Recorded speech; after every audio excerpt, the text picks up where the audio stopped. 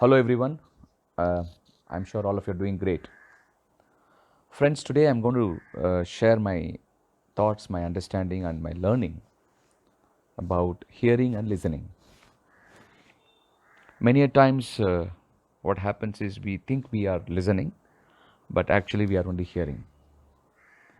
If you can also introspect the various talks that you have listened to so far, thinking that you listened to, but probably you would have definitely you would have only heard it, not listened to it in a full scope. Unless and until you are a person who systematically and sincerely every time apply your important component of our metabolism or our system to listen something with 100% focus. In general, generally speaking, uh, most of the human beings, I don't know whether I can say most of the human beings or many of the human beings, I would say, are actually not listening to the talks or the presentations or the video or whatever being presented in front of them. They only hear, of course, they hear it, they give sort of nodding their head, responding non verbally, all that will happen. But did they really listen? A million dollar question.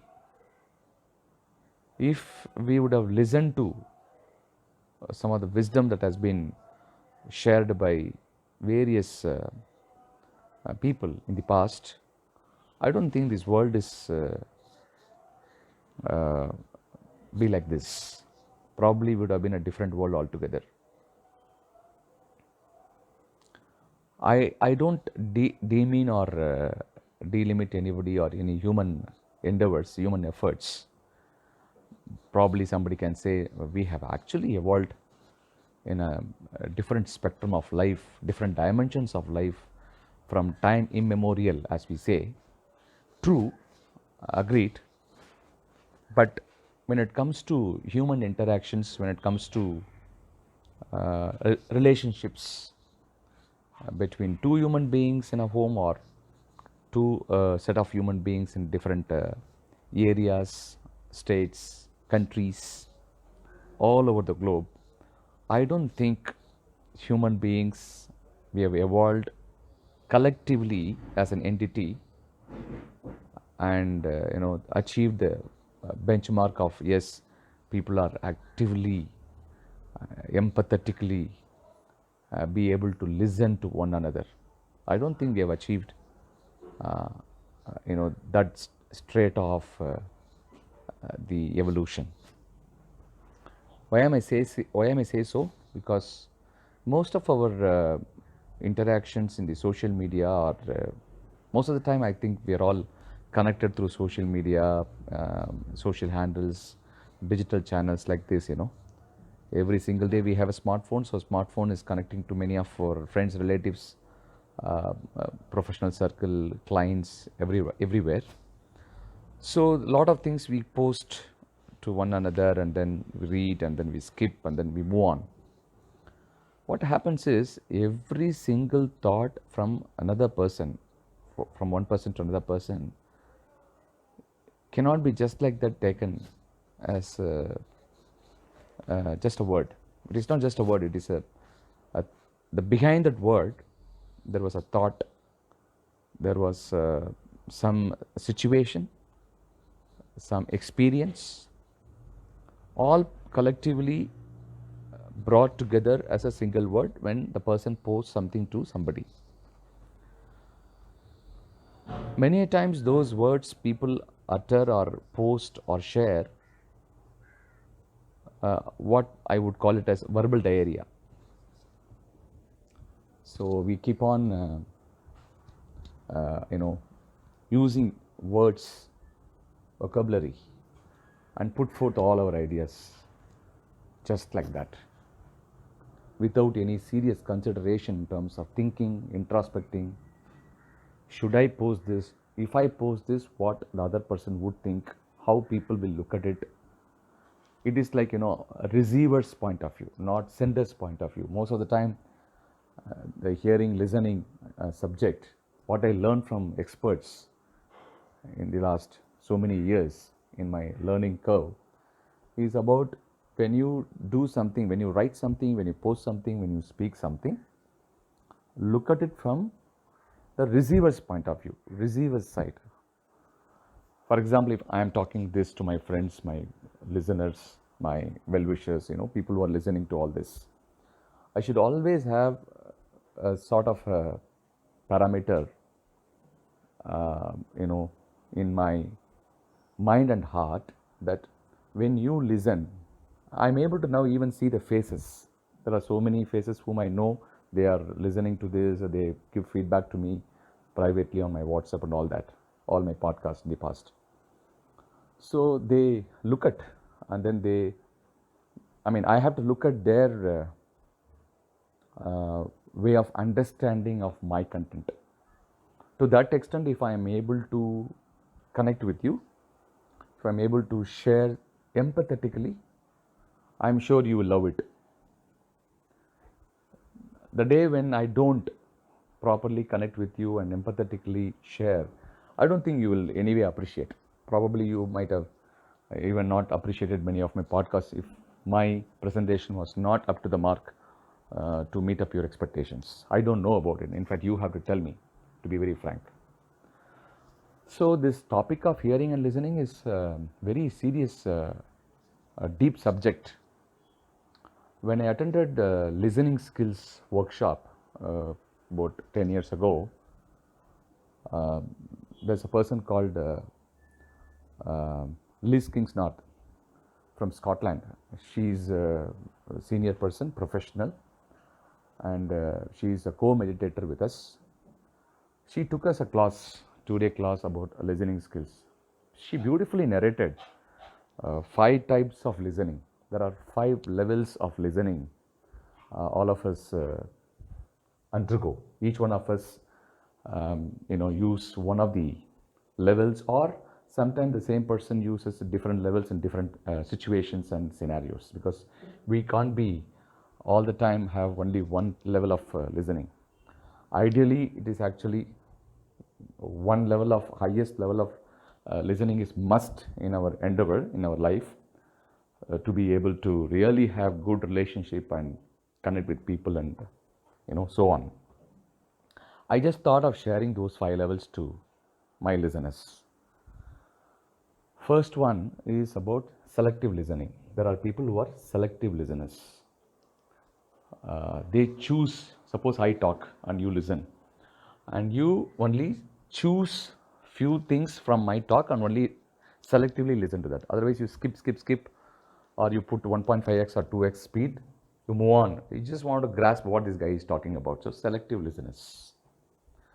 The second level is active listeners. Active listeners are one who actually, apparently, or rather realistically show up their activeness while listening, with a rapt attention, without any distractions or deviations, straight focus to the person, which means they make a note of data points, everything, grasp, capture the information. So active, selective, and active. Third category of people who are called sympathetic listeners. I would rather third category is a passive listeners, because I was talking about active listeners. So passive listeners. Passive listeners are basically, about passively. So you are there, you are doing multitasking. You are attending my podcast, but you are actually doing something else. So it's so kind of a listeners. Imagine if somebody is talking to you in front of you, flesh and blood, and if you are passively, apparently you are active, but otherwise you are passive. You are not actually listening to them, but physically present, mentally absent. They are called passive listeners. And fourth category of people called sympathetic listeners. when you narrate a story or when you share something, they'll say, "Oh, I'm sorry." Oh, they give all the reactions to it. They exhibit their, the emotions, you know, to the other person. They show up a lot of sympathy. You would find a lot of people, with the people orientation. They show up their sympathy to another person. Even in WhatsApp, you can see. If, for example, if somebody is uh, dead, some message is posted by somebody that somebody is no more. So there are people who will show up a lot of sympathy, depending upon the relationship, of course. Even for the unknown person, a sympathetic listener kind of a person would put a lot of words into, in the for the condolence message, and they show up their what we call sympathy towards other person. The fourth level of listeners. The fifth level of listeners are called empathetic listeners. This is the highest level of listening. Empathy, all of us use, all of us are pretty much aware. But many times what happens is only we are aware by in terms of the word, not in terms of application. What happens is anything that we know, if it is not used in practical sense in day-to-day life, it's just a word. It's just I know, kind of I know syndrome. We know many things, but how much we actually put that into practice makes all the difference. That's where I think there are people who are really, really great in practicing these skills, because they moved from knowledge to skill already. If you look at knowledge perspective, there are everybody today are exposed to knowledge because of technology, internet, everything. But in terms of skill, so we all watch swimming, we all watch tennis game, but there are only few people who go and play tennis. There are few people only can go and swim, right? So the action makes all the difference. Skill makes all the difference. Even in listening, this skill of empathetic listening is something very special. Rather, I would say, instead of skill, I would say little more than skill, actually speaking, because it is the art which listens to somebody's problem or somebody's happiness or joy or sorrowness, whatever. So the ability to put ourselves into others' situation, ability to put ourselves in others' heart and listen, which is called empathetic listening. I am you. When you are narrating your story of your pain to me, it's not that I am listening to you. When I'm just listening to you actively, passively, selectively, and sympathetically, it's 4 levels of the basic stuff. The moment I come to you, I sit in your heart and then I'm listening to your story, which means I'm telling the story to myself. Imagine when you are in a painful situation and you are narrating the story, how painful it is for you, because you are narrating your own experiences. If I am able to feel your pain, I am there with you, right? So you and me are same, no more difference. So that level of empathetic listening is what pretty much required in today's world. In today's world, the fast pace where even within families we are all living, but miles apart our minds are spreading. Traveling between your bedroom to your drawing room. Husband is sitting in drawing room, wife is in, let us say, kitchen. It's just only at 5 feet, 10 feet distance. But heart-wise, probably, or mind-wise, maybe 5,000 miles away, or 1,000 miles away. Probably actively one another listening, or passively listening, or selectively listening, maybe sympathetically listening. In fact, in this world, sympathetic listeners are being celebrated widely. Whether they are empathetic, example, I'll give you one more example. When somebody is in great trouble, health-wise or otherwise, or we just make a phone call, or do we make just a phone call and tell them like, oh, I'm sorry, I heard that you are not well, so take care. It's sympathy. Not even making a phone call is passive or selective, leave alone that bunch of people. So most of the people, generally common practices, make a phone call, say, sorry, think you are in trouble, so take care. This word is commonly used widely by everybody. Take care, take care. They know how to take care of themselves, not because of you are saying they have to take care. But the question is, there are people who go extra mile and make a call and say, tell me what is the problem, how can I help you? Should I come there? Do you need any quick support from my end, monetarily, physically, whatever it is? That's where I think the empathy plays a huge role in terms of listening and taking action for the other person. So friends, what I'm trying to convey here is, let us move from active to passive, active, selective to sympathy to empathetic listening to make the world a better place for everybody. Thank you very much for listening. If you like it, please share it widely. Thank you. And I guess this is the 25th episode of mine in the podcast. Thank you very much for your wonderful support. I really appreciate it. Bye-bye.